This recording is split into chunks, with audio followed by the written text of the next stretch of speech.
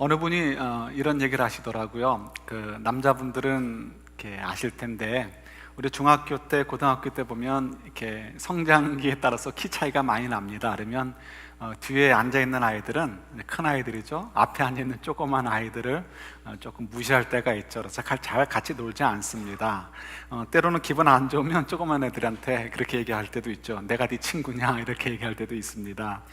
이제 뭐 흔한 건 아니지만 그 뒤에 앉았던 키 큰 학생이 군대를 가게 되었습니다. 훈련소에서 훈련병으로 있는데 하루는 오래된 얘기라 그때 아마 변기를 청소하는 일이 있었나 봅니다. 그래서 이렇게 뭘 푸는 거 있죠. 푸는 일을 열심히 하고 있는데 뒤에서 누군가가 자기 이름을 부르더라는 것입니다. 그래서 누가 나를 부르나 하고 고개를 싹 돌리니까 이 군복을 입은 일반 병사가 자기를 부르고 있더라는 것입니다. 남자분들은 아실 텐데요, 훈련소에서 훈련병의 눈에는 일반 사병, 이렇게 이미 이제 계급장이 붙어 있는 사병들은 하늘이죠. 그래서 감히 쳐다도 못 보고 말할 때도 뭐 이렇게 함부로 말할 수 있는 사이가 아닙니다. 굉장한 거리가 있는 높은 분들이 되는 거죠. 근데 앞에서 자기를 부르는 사람이 그런 일반 병사가 부르는 거라니까 얼마나 놀라고 깜짝 이렇게 경계가 됐겠습니까? 그래서 이제 보니까 그 병사가 자기한테 얘기하더라는 거예요. 누구야? 너 나 몰라? 야, 가만히 보니까 앞에 있는 병사가 자기가 옛날 학교 다닐 때 앞에 앉는 조그만 아이라 이렇게 무시했던 그런 아이가 거기에 서 있더라는 거죠. 그러니까 너무 반갑기도 하면서도 가슴이 철렁한 거예요. 그죠? 이거 아는 척은 하긴 해야 되는데 친구니까 반말을 해야 되는지 아니면은 그냥 어쩌습니다, 기억합니다, 이렇게 얘기를 해야 되는지 참 굉장히 입장이 난처했더라는 거죠. 그날 이후에 이분이 바뀌었다고 합니다. 어떻게 바뀌었냐면 이제 내가 그동안 덜 관심이 가지고 있어서 덜 관심이 있을 때는 어떻게 해요? 덜 섬기게 되고 덜 사랑하게 되죠. 표현을 그렇게 하게 되잖아요. 혹은 자기보다 못한 사람을 조금 이렇게 무시하는 경우도 있었잖아요. 그러나 그날의 경험이 언젠가 또 그날과 같은 일들이 벌어질 수 있다는 생각 때문에 이제는 덜 관심이 있었던 사람에게도 굉장히 조심스럽게 행동을 하고, 자기보다 못한 사람에게도 어떻게 해요? 언젠가 어떻게 만날 수 있을지 모르니까 태도가 완전히 바뀌어서 굉장히 존중해주는 그런 모습으로 자기가 많이 변하게 되었다라고 이야기를 하시더라고요. 이분은 굉장히 지혜로운 분이라고 생각을 합니다. 저희들도 인생을 살면서 그날에 대한 기억들이 있습니다. 우리가 전혀 생각하지 못했던 그 순간들 때문에 저희도 모르게 내가 왜 그때 미리 좀 이렇게 하지 못했을까 하는 아쉬움을 가질 때가 많이 있고 후회할 때가 있죠. 그런데 지혜롭지 못한 사람은 그날을 지나고 나서는 또 잊어먹고 또 역시 그날을 반복합니다. 계속해서 반복을 하죠. 지혜로운 사람은 그날을 한번 경험하면 그 다음에는 또 그날을 경험하지 않도록 하기 위해서 어떻게 해요? 삶을 바꿔가니까 결국은 인생이 성공하게 되는 것을 저희들이 보게 되죠. 우리 이 그날에 대해서 오늘 말씀을 묵상을 하게 됩니다. 그날. 이 그날이 무엇일까? 오늘 마가복음 13장을 묵상하는데요. 마가복음 13장에는 그날이란 말이 많이 나옵니다. 근데 이 마가복음 13장은 여러분들이 이제 지난 주간에도 묵상했고 이번 주간 초반에도 묵상을 하실 텐데요. 이 마가복음 13장은 이제 이렇게 흔히 사람들이 얘기할 때 작은 계시록이다라고 얘기를 합니다. 왜 작은 계시록이라고 할까? 종말의 때에 대해서 예언하고 있는 부분이 담겨져 있기 때문에 작은 계시록이다라고 합니다. 그래서 저희들이 이 말씀을 잘 이해를 하셔야 돼요. 그런데 이 말씀을 이해하기 위해서는 저희들이 마치 이렇게 어떤 나침판과 같이 혹은 지도를 보는 것처럼 이 13장의 구조가 어떻게 되었는가, 이 내용이 무엇인가를 대충 그리고 들어가는 것이 필요합니다. 그렇지 않으면 뻔한 내용인데도 불구하고 괜히 이렇게 어디 미루에 들어간 것처럼 헤맬 수가 있습니다. 그래서 거기에 대한 얘기를 아주 조금만 좀 나눠보려고 합니다. 예수님의 제자들이 1절 2절에 보면 예루살렘 성전을 보면서 예수님께 얘기하는 거예요. 예수님, 성전 정말 너무너무 멋있죠? 이렇게 얘기를 합니다. 예수님께서 하시는 얘기가 뭐냐면, 얘들아, 저게 멋있어 보이니? 저거가 이 세대가 가기 전에 다 무너지게 되고 말 거야 라고 얘기를 하십니다. 그러면서 이 13장의 이야기가 시작이 되어지고 진척이 되어지는데요, 13장의 내용을 이해하시기 위해서는 두 가지 중요한 것을 이해하셔야 됩니다. 두 가지 단어인데요, 이 두 가지 단어가 이중적으로 사용되어지고 있어요. 첫 번째 단어는 그날입니다. 이 그날이라는 단어는 영어로 that day가 되죠. 그냥 우리가 얘기하는 그날 있잖아, 이런 그날인데 이 유대인들에게 있어서 그날은 그날이 그냥 그날이 아닙니다. 무슨 날이냐면 구약의 여러 선지자들에 의해서 예언되어진 여호와의 날, 다른 말로 표현한다면 최후 심판의 날을 얘기합니다. 여호와 하나님께서 그의 백성들을 다 불러 모으셔서 품어주시고, 그 다음에 그의 백성들을 괴롭히거나 또 하나님을 공경하지 않고 하나님 앞에 범죄했던 모든 이방 민족들은 어떻게 해요? 하나님께서 다 이렇게 처벌을 내리시는 그 날을 이야기합니다. 그래서 여호와의 날을 얘기합니다. 이 여호와의 날은 저희들이 생각할 때 뭐라 연결이 돼요? 예수님께서 이 땅에 다시 오시는 재림의 날, 그래서 어떻게 해요? 최후 심판이 있는 그날, 그날과 연결이 되어집니다. 그날이 바로 여호와의 날이 되는 것이고, 그날이 결국 이제 예수님의 재림의 날, 최후 심판의 날이 됩니다. 근데 예수님께서 요 13장에서는 요 그날을 이중적으로 사용하셨는데, 요 첫 번째 의미는 그 의미가 된다면 이 두 번째 의미는 연결을 해가지고요, 예루살렘 성전과 연결하셨습니다. 그래서 예루살렘 성전으로 지금 13장 1절 2절이 시작했듯이, 그래서 그 예루살렘 성전과 묶어서 얘기하시는데, 그날은 또 다른 의미를 갖게 부여하셨는데, 그날이 뭐냐면 예루살렘 성전이 무너지는 날입니다. 그래서 이 그날 하면 두 가지 의미를 갖는 거예요. 첫 번째는 본래 의미인 여호와의 날, 그래서 예수님께서 재림하셔서 이 온 땅을 심판하실 날, 바로 그날이 그날이고, 또 이 예수님께서 13장에서 얘기하는 또 그날 가운데는 뭐가 있냐면 예루살렘 성전이 무너지는 날이 포함되어 있는 거예요. 그래서 이중적인 의미가 있어요. 또 다른 중요한 단어가 역시 이중적인 의미로 사용되어집니다. 그게 뭐냐면 징조들이에요. 그날 있기 전에 이런 징조들이 있을 거야 라고 예수님이 얘기하십니다. 제자들이 묻는 거죠. 주님, 그날이 언제입니까? 그날은 아무도 몰라. 그런데 징조가 있을 거야. 그 일이 이루어지기 전에 징조들이 있는데 그 징조들은 이런 일들이야 라고 이야기를 해주십니다. 그래서 그 징조들을 한번 보도록 할게요. 그래서 이 징조라는 것은 첫 번째는 그 여호와의 날, 최후 심판의 날과 연결이 되어 있으면서, 또 두 번째 의미는 뭐라고요? 예루살렘 성전이 붕괴하는 날, 파괴되는 날과 연결이 되어 있어요. 그래서 이 두 번째와 연결해서 한번 제가 먼저 설명을 드리도록 하겠습니다. 우리 13장 7절 8절 보세요. 한번 같이 읽어볼까요? 난리와 난리의 소문을 들을 때 두려워하지 말라. 이런 일이 있어야 하되 아직 끝은 아니니라. 민족이 민족을, 나라가 나라를 대적하여 일어나겠고 곳곳에 지진이 있으며 기근이 있으리니 이는 재난의 시작이니라. 우리 나중에도 얘기하겠지만 중요한 것은 끝은 아니고 재난의 시작이라는 거예요. 근데 이 시대에 어떤 징조가 있냐면 난리와 기근, 이와 같은 소문들이 많이 날 거라는 거죠. 전쟁, 이런 것들이. 요 마가복음을 받은, 그죠? 마가복음을 받은 로마 교회 성도들이 요 책을 본 때는 AD 65년 내지 66년 경입니다. 65년에 보내졌으니까 65년에 다 봤다라고 생각하면 되겠죠? 65년 경입니다. 이때는요, 이미 유대 땅에서 로마 제국에 대해서 반항을 하는 그런 운동들이 막 한참 벌어지고 있었고요. 불과 몇 년 후에는 어떻게 해요? 이제 로마 제국과 전쟁이 벌어지게 되고 AD 70년에 다 무너지는 일이 벌어지게 되죠. 그러니까 지금 이 사람들은 고국에 대한 소문들을 듣고 있는데 어떻다고요? 그런 소문들이 들리는 거예요. 뿐만 아니라 이미 로마 제국 안에서도 여러 곳에서 전쟁의 소문은 늘 언제나 있는 거죠. 특별히 기근에 대한 얘기도 여러분 기억하시면 좋을 것 같아요. 여러분 잘 아시는 것처럼 사도 바울이 이 잡혀오기 직전에, 이때는 그러니까 로마에 잡혀와 있는 때인데요, 잡혀오기 직전에 했던 일이 뭐죠?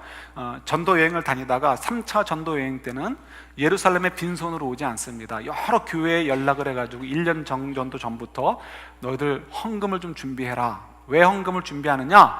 예루살렘 교회를 위해서 준비하라는 거예요. 왜냐하면 예루살렘 교회에 큰 이제 기근이 있었고 굉장히 어렵단 말이에요. 그러니까 그들에게 좀 우리가 구제하자. 우리가 그들 덕분에 복음을 받지 않았느냐? 그러니까 우리 모교회 교역인 예루살렘 교회 성도들을 우리가 좀 돕자 해서 아주 거액의 구제 헌금들을 모으게 합니다. 그것이 그래서 굉장히 나중에 사도 바울에게 부담으로 찾아오기도 하지만 어쨌든 간에 이제 그런 일들이 벌어지는 거죠. 어떻게 지금 벌써 7절 8절 이런 이렇게 말씀들이 다 진행되고 있는 것을 보죠. 5절 6절 제가 읽지 않았지만 거기 보면 또 어떤 이야기들이 기록되어 있습니까?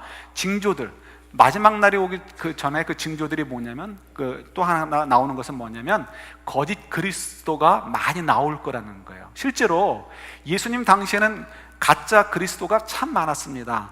제가 한참 공부할 때 한국에 있을 때요, 한 20여 년 전만 해도요, 대한민국에 예수님이 13명인가 있었고 하나님이 6명인가 7명이 있었어요. 지금은 더 늘어났는지 돌아가셨는지 모르겠어요. 그런데 벌써 옛날에 그랬단 말이에요. 그런데 이때에도 그리스도가 그렇게 많았어요. 그래서 나중에는 AD 70년의 그 전쟁 때에도 사실 그리스도, 가짜 그리스도와 연결이 되어 있고, 그 후에도 이 가짜 그리스도가 계속해서 나오게 됩니다. 그래서 여러분 이렇게 지금 젊은 분들은 모르실지 모르지만 이란의 호메니용 있죠. 호메니용 하면 짱이잖아요. 그런 호메니용처럼 유대 땅에도 그렇게 아주 압도적인 이 리더십을 발휘하는 랍비들이 종종 나타났는데, 그런 랍비들도 이런 거짓 그리스도와 결탁이 돼가지고요, 거짓 그리스도를 막 이렇게 선전하고 따르도록 했던 그런 일들이 많이 벌어지게 됩니다. 그래서 많은 사람들이 잡혀서 죽임을 당하는 일들이 벌어지게 되죠. 그래서 이 거짓 그리스도도 많이 있었어요. 뿐만 아니라 나중에 이제 뒤에도 또 나오지만 이 거짓 예언자들에 대한 이야기도 있습니다. 그래서 거짓 예언자들도 참 교회에 많이 들어왔죠. 바울이 다니면서 교회에서 막 부딪히는 이유가 어디 있어요? 그 중에 하나는 뭐냐면 거짓 복음이 자꾸 들어와가지고 바울의 그 순수한 복음을 자꾸 흔들어 놓는 거예요. 그러니까 교회에서 자꾸 막 분란이 일어나요. 이유는 다른 데 있지 않아요. 사도 바울이 전한 복음과 거짓 교사들이 전한 복음이 부딪히기 때문에 그래요. 그래서 그런 일들이 막 벌어지고 있어요. 그리고 이 스토아 철학의 영향을 받은 당시에 그 이제 많은 이런 가짜 복음들이 막 들어오고, 그 중에 대표적인 게 뭐냐면 이제 우리 영주주의 같은 것들이 들어와가지고 교회로 굉장히 이제 혼란하게 만듭니다. 그래서 그것이 금욕주의도 만들게 되고, 아니면 이제 자유분방한 방탕주의로 빠지기도 하고, 이런 교회로 이렇게 만드는 그런 가짜 복음들이 이미 막 교회 속에 스며들고 있었어요. 그래서 이 일들이 어떻게 해요? 지금 다 벌어지고 있단 말이에요. 그 다음에 이제 뒤에 9절에도 또 보세요. 9절도 보시면 너희는 스스로 조심하라. 사람들이 너희를 공회에 넘겨주겠고 너희를 회당에서 매질하겠으며, 이 얘기는 이제 사실은 주로 유대인들 가운데 그리스도교로 개종한 사람들에게 해당되는 말씀입니다. 그래서 이 이제 그 사도 바울이나 다른 사람들이 전한 복음을 받아들여서 개종한 그리스도인들은 회당에 잡혀가 가지고 매를 맞게 됩니다. 매를 맞으면 너는 더 이상 이제 우리 유대인 커뮤니티에 속하지 않는다라는 것을 의미하게 됩니다. 그럼 이 사람들은 당장 유대인들과 함께 비즈니스도 못하게 되고요, 모든 것들이 끊겨버리게 되는 그런 일들을 당하게 되는 거죠. 실제로 여러분 9절은 또 우리가 이 바울을 가지고도 다 설명이 되는데요, 여러분 바울의 이름이 2개죠. 뭐예요?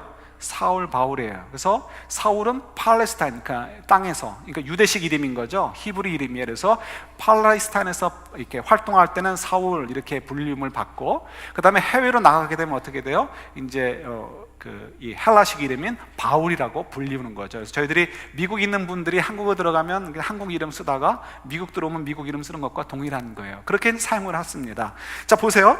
앞부분은 지금 제가 먼저 9절에 읽은 부분은 사울이, 이제 바울이 이제 팔레스타인에서 활동할 때 어땠습니까? 예수를 믿는 자들은 막 핍박을 했죠. 그때 그도 어떻게 해요? 사람들을 매질하고 죽이는 일에 앞장을 했단 말이에요. 그런 일들이 이미 벌써 벌어지고 있어요. 그 다음에 보세요. 매질하겠으며, 9절 그 다음부터 같이 한번 읽어볼까요? 나로 말미암아 너희가 권력자들과 임금들 앞에 서리니 이는 그들에게 증거가 되게 함이라. 이건 사도 바울이 또 그대로 또 확인을 해주죠. 우리 성경 한 군데 찾아볼까요? 이렇게 사도행전 26장 한번 보세요. 사도행전 26장 한 절만 보는데요, 제가 먼저 1절에 읽을게요. 아그리빠가 바울에게 이르되 너를 위하여 말하기를 내게 허락하노라 하니 이에 바울이 손을 들어 변명하되, 지금 이 마가복음 13장에서 9절에서 얘기했던 대로 사도 바울이 예수님 때문에 붙잡혀가지고 그걸 가지고 이제 변명하게 되는 거예요. 그래서 그 변호를 하게 되는데 그 내용이 사도행전 26장이 기록되어 있습니다. 32절 맨 끝절 한번 가볼까요? 그 자리에 누가 있었나 볼까요? 한번 같이 읽겠습니다. 이에 아그리빠가 베스도에게 이르되 이 사람이 만일 가이사에게 상소하지 아니하였더라면 석방될 수 있을 뻔하였다 하니라. 여기 이름이 3명 나오는데 이름 3명이 전부 다가 뭐냐면 임금, 총독, 황제입니다. 그래서 아그리빠는 헤롯 대왕의 아들 가운데 하나인 헤롯 아그리빠고요, 임금 앞에서 예수님 때문에 변론하는 거죠. 베스도는 정말 총독입니다. 총독 앞에서도 변론하는 거예요. 그 다음에 가이사, 황제죠. 황제에게도 이제 변론하기 위해서 바울이 스스로 붙잡힌 바 된 거죠. 어떻게 해요? 예수님께서 하신 말씀들이 다 그대로 이루어지고 있는 거예요. 이런 일들이 다 이루어지고 있어요. 이런 징조들이. 그런데 이런 징조들도 이중적으로 사용되어지고 있어요. 지금 설명드린 대로 예루살렘 성전이 함락되는 거에도 다 걸려들고요. 다 이제 포함되는 거예요. 그 다음에 이걸로 끝나는 게 아니에요. 우리가 그 앞에서도 제가 확인했듯이 이것은 끝이 아니라고 했어요. 시작이라고 했어요.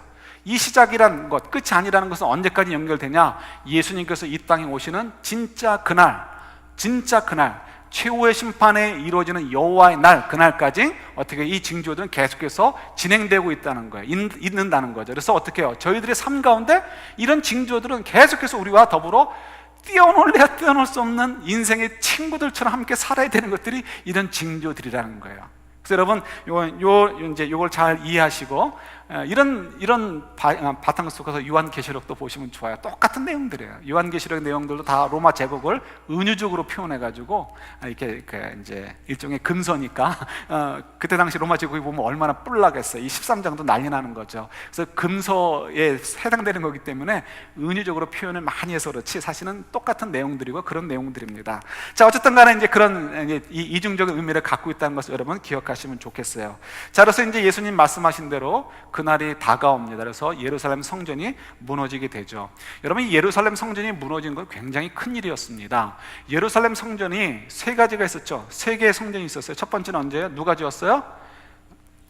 솔로몬이 지었어요. 그래서 첫 번째 성전입니다. 근데 이 솔로몬이 지은 성전이 이스라엘이 멸망할 때, 그러니까 바벨론에 의해서 아주 초토화돼서 무너져 버리죠.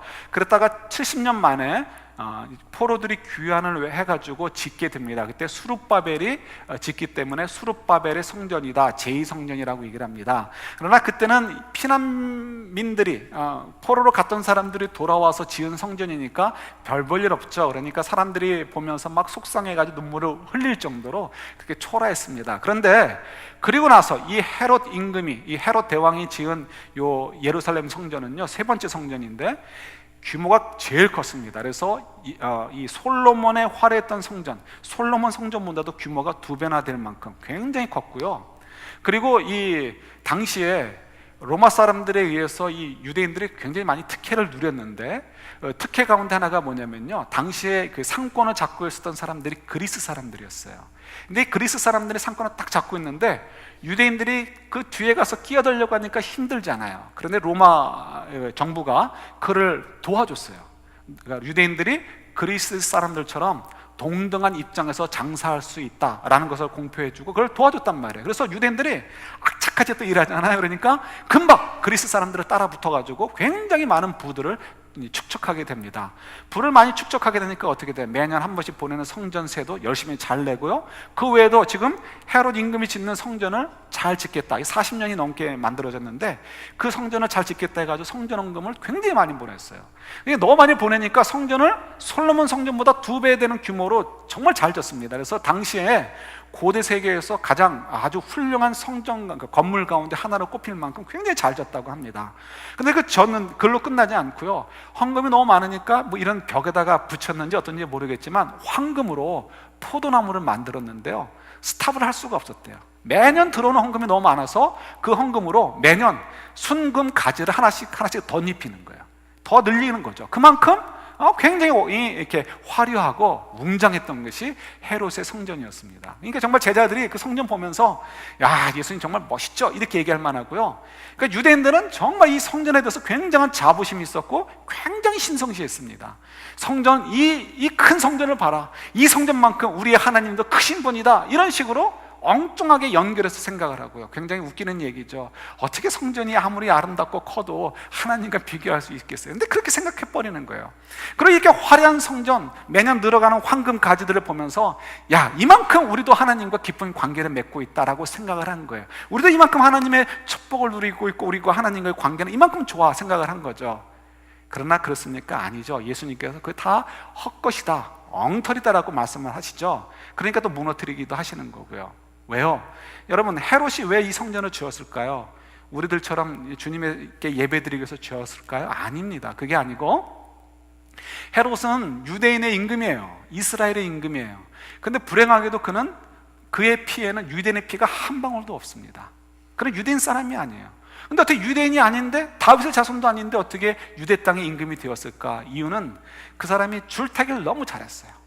정치적인 줄타기를 너무 잘해가지고 그때 당시에 넘버원 아우구스투스에게 탁 붙어버린 거예요. 그래가지고 그가 개런티 받은 거죠. 너 뭐 원하니? 네, 유대 땅의 임금이 되게 해주십시오. 그래가지고 유대 땅의 임금이 된 거예요. 그의 출신은 원래는 에돔 사람입니다. 이두메라고도 하죠. 에돔 사람이에요. 에돔 사람이니까 어떻게 늘 언제나 유대 임금으로 있지만 이 사람들이 언제 나에게 반역을 일으킬까, 이게 걱정이 돼가지고요 벗어날 수가 없어요. 그러니까 그가 어떻게 정치력을 발휘해서 내가 이들이 좋아할 만한 것들을 해야 되겠다 하니까 뭐가 있습니까? 이들이 정말 좋아하는 거 성전이죠. 그래서 정말 그가 모든 정성을 들여가지고 에너지를 쏟아 부어가지고 성전을 그렇게 멋지게 이렇게 만들게 되는 것입니다. 중요한 것은 성전이 지어졌다는 것이 아니고 어떤 마음으로요? 하나님을 경배하겠다는 마음이 아니고 자기의 정치적인 안정을 위해서 쇼로 건물을 만든 거예요. 그렇게 되니까 그 속에서 예배 드려지는 예배가 정말 하나님 기뻐하신 예배가 될 수 있겠습니까? 그 성전에서 섬기는 수많은 제사장들이나 혹은 또 레위인들이나 사두개인들이 하는 것들이 정말 하나님이 기뻐하실 만한 내용들이 되겠어요? 다 아니죠. 다 똑같은 사람들끼리 모여가지고 똑같은 짓들을 하고 똑같은 것들만 꿈꾸고 있는 거예요. 그러니까 그 성전에서 하나님의 그의 백성들을 만나주지 않으시고 그 백성들이 그 성전에 가서 기도하는 것들 하나님께 연락될 수 없는 것이고 드려지는 예배가 하나님께 연락될 수 없게 되는 거죠. 그래서 이제 하나님께서 그 성전을 이제 파괴하시는 것이 되기도 합니다. 물론 이제 이 성전이 파괴되는 것은 이제 구약의 시대에서 신약의 시대, 이제 예수님을 통하여 참 예배를 드릴 수 있는 시대가 되어졌다. 예수님을 통해서 하나님의 자녀가 될 수 있는 시대가 되어졌다. 예수님을 통하여 하나님을 만날 수 있게 되었다라는 것을 상징하는 것이기도 하지만 어쨌든 간에 그래서 하나님께서 이 성전을 헐어버리시게 됩니다. 그래서 이제 성전이 파괴되게 되죠. 자, 이제 보세요. 예수님의 이 마가복음 13장의 예언을 귀담아 듣는 사람들이 있었어요. 누구일까요? 유대 땅에 사는 그리스도인들이에요. 예루살렘 교회 성도들이고 유대 땅의 곳곳에 있는 이 교회들의 성도들이었어요. 그들은 마가복음 13장의 내용을 잘 귀담아 듣고 있었어요. 어떻습니까? 그런 징조들이 지금 벌어지고 있어요. 그런 징조들을 보니까 이거 뭐 우리가 뭔가 행동해야 되는 거 아닌가라는 생각을 갖게 되었습니다. 그래서 그 중에 아까 대표적인 게 뭐예요? 여러 그 징조들이 있었고, 그리고 이제 또 한 가지 중요한 것이 있는데 뭐냐면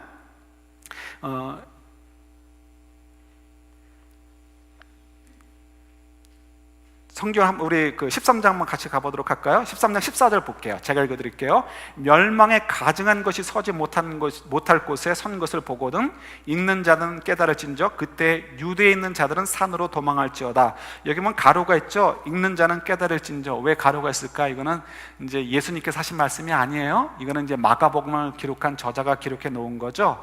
그래서 읽는 사람들은 깨달을진저 해서 적어 놓은 건데, 멸망에 가증한 것이 서지 못할 곳에 선 것을 보거든. 이건 뭐냐면 예루살렘과 예루살렘 성전에 이렇게를 얘기하고요. 가증한 것이라는 것은 다른 우상을 숭배하는 것을 얘기합니다. 그래서 로마 군인들이 진격을 할 때는 방패나 깃발에 로마 황제를 상징하는, 그들이 섬기는 황제를 상징하는 것들이 그려져 있습니다. 그래서 이 로마 군인들은 예루살렘에 들어올 때는 절대로 방패를 갖고 오지 않고요. 그리고 이 깃발을 들고 들어올 수가 없습니다. 왜요? 그 거룩한 땅에 그 우상 숭배가 들어올 수 없다라고 거부했기 때문에 그렇습니다. 그런데 이제 어떻다고요? 이런 일들이 벌어지게 되면 그날이 정말 갖고 왔구나 하는 것을 알라라는 거죠. 그런데 이런 일들이 벌어진 거예요. 어떻게 해요? 지금 유대 땅에 지금 민족주의가 일어나가지고 로마로부터 독립운동을 하자는 것이 막 벌어지게 되어지고 그 일 때문에 일들이 막 복잡해지게 되었습니다. 그러니까 로마 군대가 들어갔다 나왔다 하게 되고요. 그 와중에서 이제 성도들의 눈에는 뭐가 보이는 거예요? 여러 징조들이 다 이루어지고 있고, 지금 정말 이 땅에 저 깃발이 들어오면 안 되고 저 그림이 있는 방패가 들어오면 안 되는데 로마 군인들이 그 방패를 들고 그 깃발을 앞세서 들락날락거리는 걸 보면서 어떻게 해요? 이거는 정말 예수님께서 하신 말씀이 이루어질 때가 됐구나 하는 생각을 갖게 되었습니다. 그래가지고 정말 이 유대인, 이 그리스도인들이, 유대 땅에 살던 그리스도인들이 어느 때가 되었을 때 전부 다 그 땅을 떠나가지고요 요단강을 건너서 펠라라는 도시가 있는데 그 도시로 전부 다 피신하게 되었습니다. 그래서 정말 이 사람, 요 주님의 음성을 귀담아 들었던 유대 그리스도인들은 전부 다 살게 되고요. 그리고 곧 얼마 안 있어서 로마 군대가 들어와서 전부 예루살렘을 함락시키고, 예루살렘만이 아니고 유대 땅에 있는 수많은 유대인들을 다 학살을 하게 됩니다. 그런데 그때 살아남은 사람들은 누구예요? 그리스도인들인 거예요. 왜요? 예수님이 하신 말씀을 잘 귀담아 들었기 때문에 그렇습니다. 여러분, 또 이제 조금 더 이해할 수 있도록 조금만 더 말씀을 드리면 20절 보세요. 20절 한번 같이 읽을까요? 만일 주께서 그 날들을 감하지 아니하셨더라면 모든 육체가 구원을 얻지 못할 것이거늘 자기가 택하신 자들을 위하여 그 날들을 감하셨느니라. 이 말씀 뭐냐면요, 이것도 그대로 이루어진 거예요. 원래는 이 티투스 장군이라는 사람이 총사령관으로 예루살렘으로 진격을 하고 있었습니다. 그런데 갑자기 황제가 바뀌게 되어버린 거예요. 그래서 티투스 장군이 진격하는 도중에 연락이 왔어요. 너는 황제가 되었으니 빨로 로마로 귀환해라.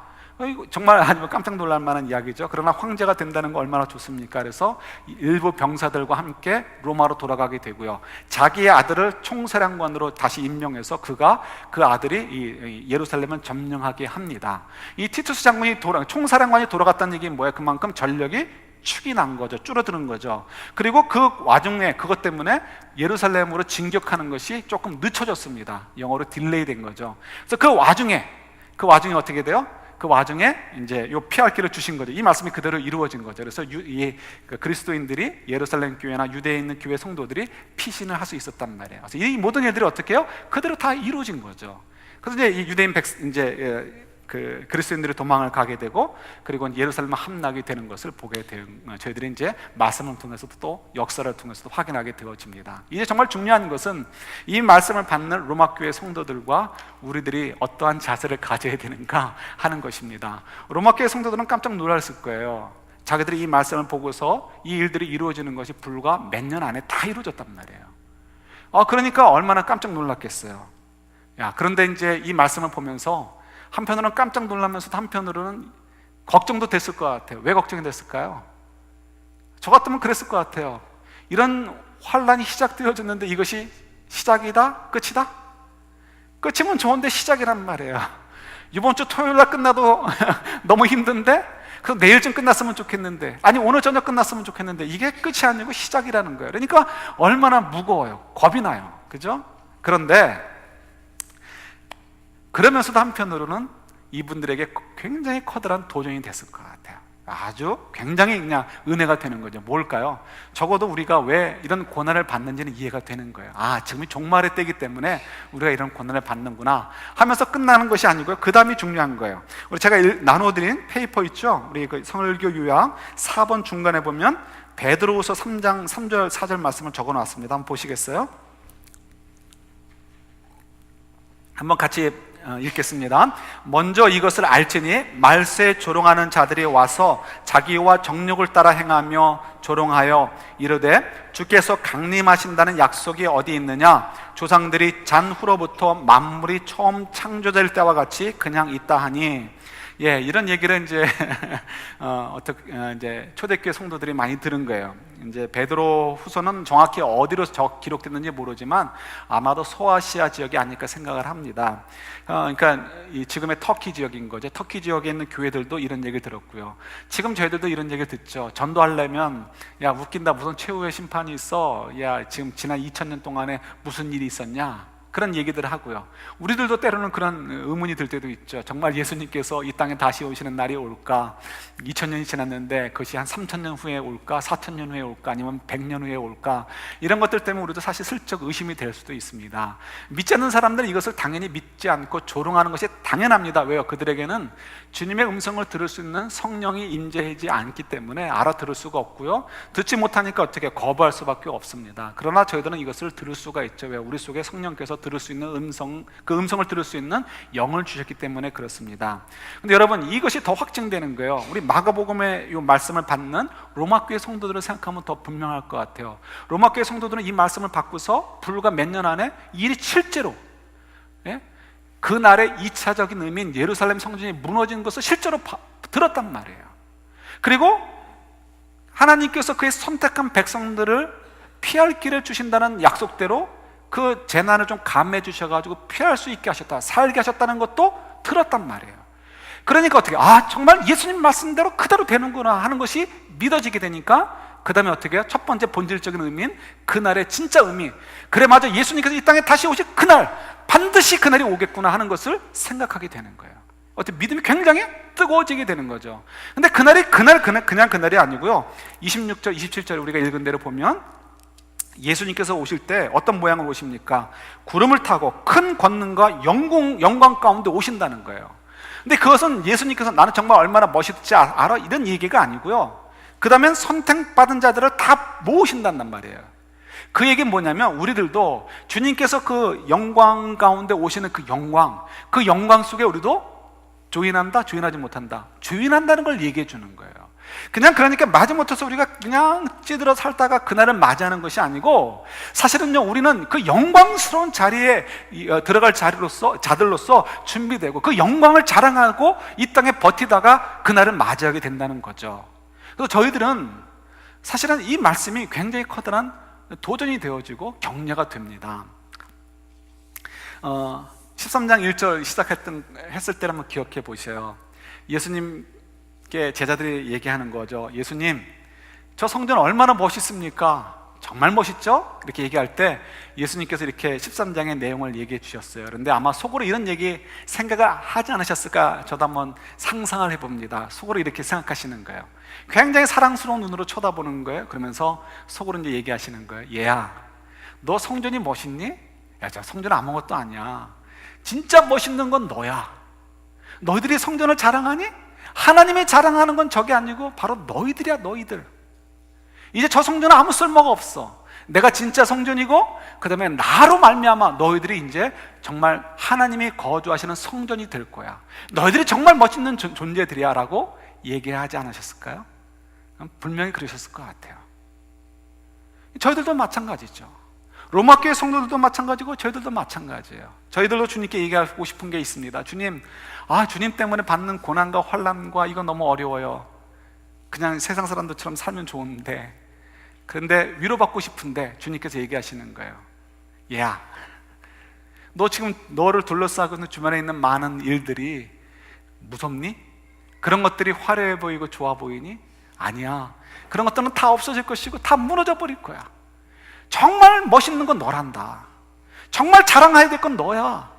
이런 음성을 저희들이 좀 들을 수 있으면 좋겠어요. 전혀 안 믿어지셔요?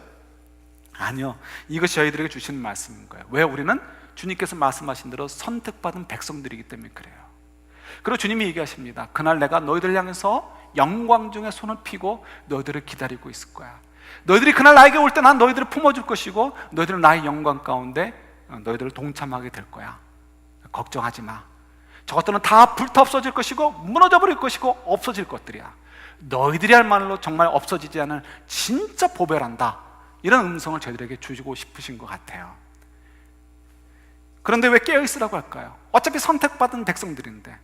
그래서 이 13장 맨 끝에 보면 문지기에 대한 예화가 나옵니다. 이런 문지기 하면 저희들은 돌쇠를 생각해요. 돌쇠가 아니에요. 이 문지기는, 유대인들에게 문지기는 돌쇠가 아니고 주인의 열쇠를 받은 자이고 집안에 들어오는 것을 결정할 수 있는 사람이고, 그 다음 나머지 종들이 출입하는 것을 결정하고 감독하는 사람이 문지기입니다. 그래서 좀 특권이 있는 사람들이에요. 그래서 돌쇠가 아닙니다. 그래서 문지기는 때로는 종종 여러 특권이 있었는데 그 중에 하나는 자유인과 결혼할 수 있는 특권도 있었다고 합니다. 그만큼 좀 독특한 존재가 문지기입니다. 일종으로 얘기하면 청직이라고 얘기할 수도 있을지 모르겠어요. 그러니까 저희들에게 왜 깨어있으라고 얘기하느냐, 그리고 왜 문지기라는 이야기를 해주시느냐, 저희들의 인생의 문지기들이 있잖아요. 주인은 예수님이셔요. 그런데 우리는 문지기예요. 그러니까 주님의 뜻대로, 주님이 언제 오실지 모르니까 깨워서 우리가 문지기의 역할을 잘 감당하고 나의 감정, 나의 물질, 나의 삶, 나의 시간, 내 건강, 이런 것들을 정말 주인이 기뻐하시는 대로 잘 관리해서 잘 사용해야 되는 것, 이것이 우리의 역할인 거죠. 그래서 그날 주님 앞에 갔을 때 주님께서도 우리를 찾아오실 때 칭찬받을 수 있고 그 영광 중에 들어갈 수 있도록 하기 위해서인 거죠. 주님께서 우리가 열심인 것을 아셔요. 저희들이 최선을 다해서 그리스도의 제자로서 살려고 애쓰는 거 아십니다. 그죠? 여러분 그렇지 않아요? 여러분 좀 잘 잘하고 있습니다. 물론 이제 우리가 양이 안 찰 수도 있어요. 저도 그러기도 합니다. 사실 이제 최근에 저 자신은 참 많이 돌아봤어요. 많이 돌아보게 되고, 지난주에도 말씀드렸듯이 오리 심리에 대한 이야기는 계속 끊임없이 그 꼬리를 물습니다. 지난주간에도 그런 비슷한 일이 있었어요. 제 일이 아니고 어느 분이 다른 분에게 어떤 부탁을 받는 이야기를 이제 들었습니다. 그런데 들었는데 보니까 조금 무례한 것 같아요. 이 부탁을 하는 것이 자기가 하면 될 일인데 왜 저 사람에게 그 일을 부탁을 할까, 이런 생각이 들고요. 그 사람의 무례한 모습을 보니까 저도 기분이 안 좋고, 또 이분이 그 일을 하기 위해서 자기의 어떤 것들을 희생해야 되는 것을 보니까 좀 속상하고 마음이 좀 짠했어요. 그러고 나서 그 생각이 들어서 좀 속상했는데 한 10분도 안 돼가 주니까 저에게 이제 말씀해 주시는 거죠. 야, 오리 가라 그러면 심리 가라고 했잖아. 너 가고 싶은 사람하고 가는 것이면 그게 뭐 오리 가라고 할 때 심리 가는 거겠니? 그건 심리 가줘야 될 일인 거지.